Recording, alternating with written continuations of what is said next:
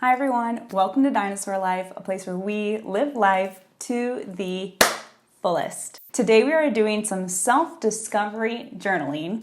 We are going to talk about the Eco-Soulcentric Developmental Wheel. It is a mouthful. It was designed by Bill Plotkin, who is a psychologist and wilderness therapist.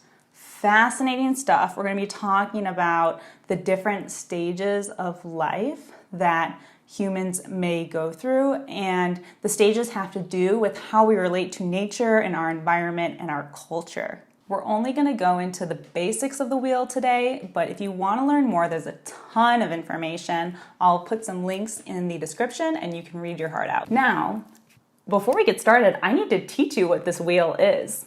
Professor Allison is in the house. We're gonna go to my other desk and learn some stuff. Grab your pen and your journal, you're gonna need it. What I wanna do is give you a very basic summary of the Eco-Soulcentric Development Cycle. So you can see here, I'm using my super fancy Crayola watercolors to make a spot for the title and then divide my paper into 8 sections because there are 8 sections, 8 stages of our wheel. The idea of the Eco-Soulcentric Development Wheel is it gives you a healthy path towards finding your authentic self and genuine wisdom.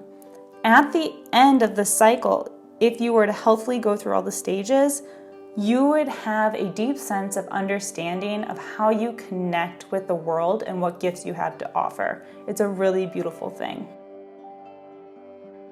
What we will do is I'm going to talk you through the stages, and then I just want you to take notes on your paper, anything that's going to help you remember what that stage represents. So stage 1 is the innocent in the nest. This is your birth. Really your gift to the earth is that you just have this luminous presence and you embody innocence. Everything is new to you. You have everything to learn and gain. Stage 2 is the explorer in the garden. This is where you are discovering nature and you are discovering the culture around you. Your gift to the world is complete wonder. Stage 3 is the thespian at the oasis, and a lot of us remember this stage well, or we are in it currently. This is the stage where you're trying to figure out your authentic social self. You're trying to figure out how you fit into the world and the social circles around you.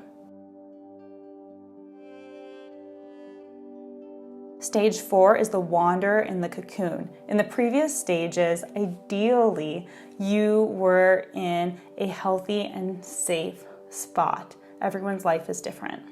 In stage 4, you are branching out from that safe spot and discovering the mysteries and the darkness of the world. In this stage, there is a lot of darkness. You're kind of discovering the universe and things like the idea of death.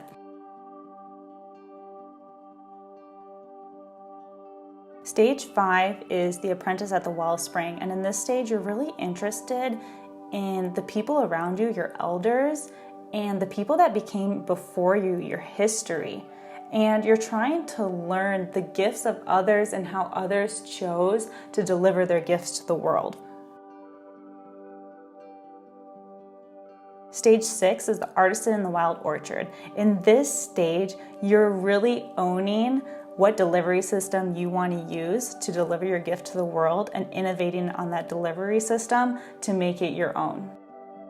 Stage 7 is the master in the grove of elders. In this stage, you are caring for the world, for humanity, and for the earth. Your gift to the world is wholeness. You really have an understanding of your complete self. And stage 8 is the final stage of life, the sage in the mountain cage. In this stage, your gift to the world is grace. You're humbled by your wisdom, and you are tending to the universe. And those are the 8 stages that we are going to talk about today. Again, lots of links in the description if you are curious or have more questions, because that was fast. Now we're going back to my kitchen. And we are back. So you should have some notes on one side of your journal, and then as you can see here, we are going to go through 4 different prompts. The first prompt you've probably already been thinking about. I want to know what stage you currently think that you're in. And keep in mind that you can be in a transition phase between 2 stages. Also, there are so many things in life that can trip us up. There are just traumas and unexpected life events that can really affect how we move through these stages. I don't want you to feel like you need to be at a certain stage based on your age. So be true to yourself. That's really what this journaling and self-discovery is about.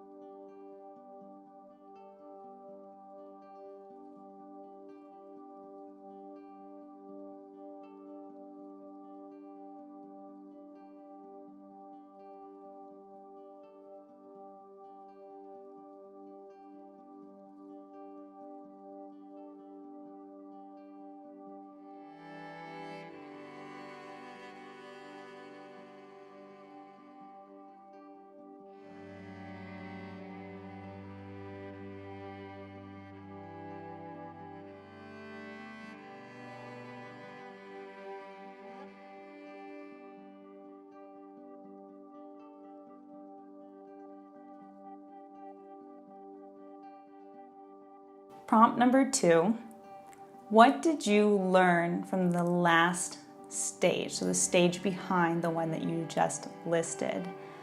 If we as humans are able to perfectly move through this wheel, which is tough because life is chaotic, then we should have the gifts and the knowledge that we gained from the last stage as a foundation that helps us through the remaining stages. So like the thespian, that is a really tough stage where we are trying to figure out our authentic social self. But if we're able to complete that stage, that foundation creates a really strong person that's able to take on the hard work of the next stages.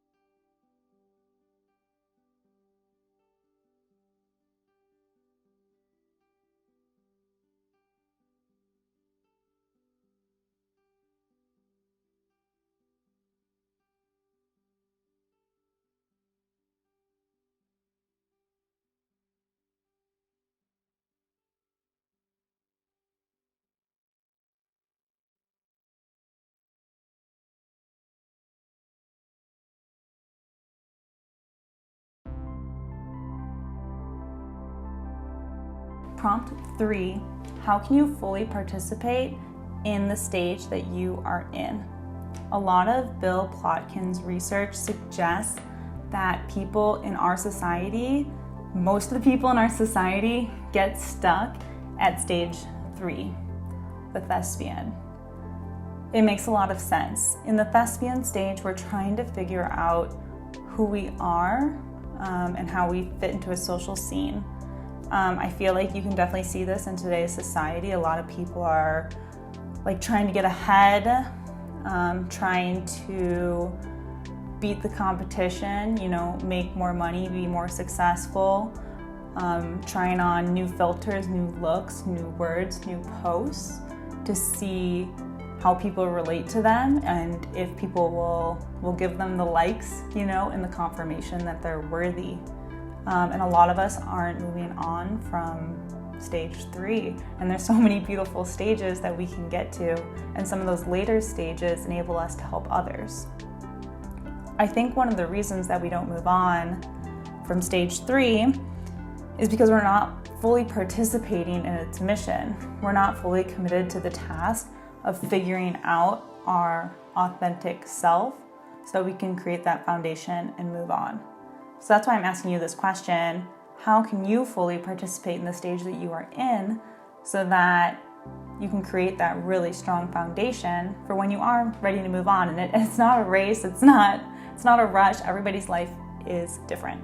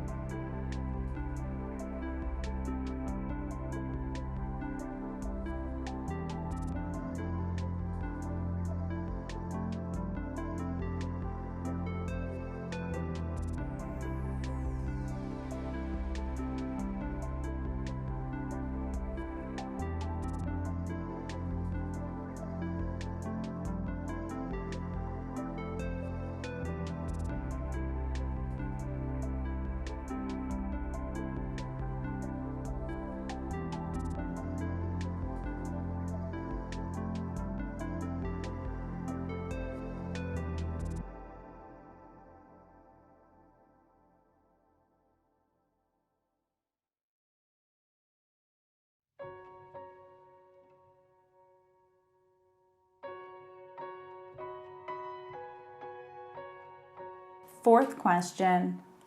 A lot of this wheel is about finding your unique self, the unique gifts that you have to offer this world. So my fourth question is, what gifts do you want to cultivate and share with the world?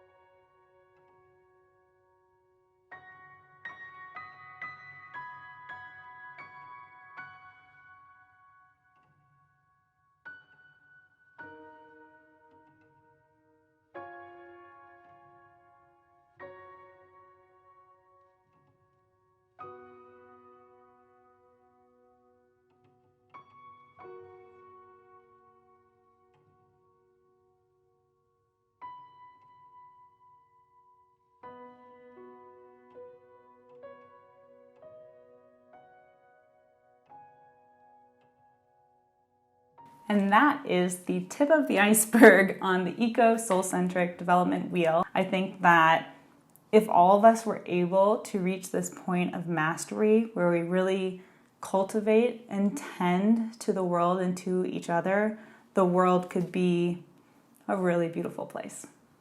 Bye. Oh, click subscribe and like if you like this.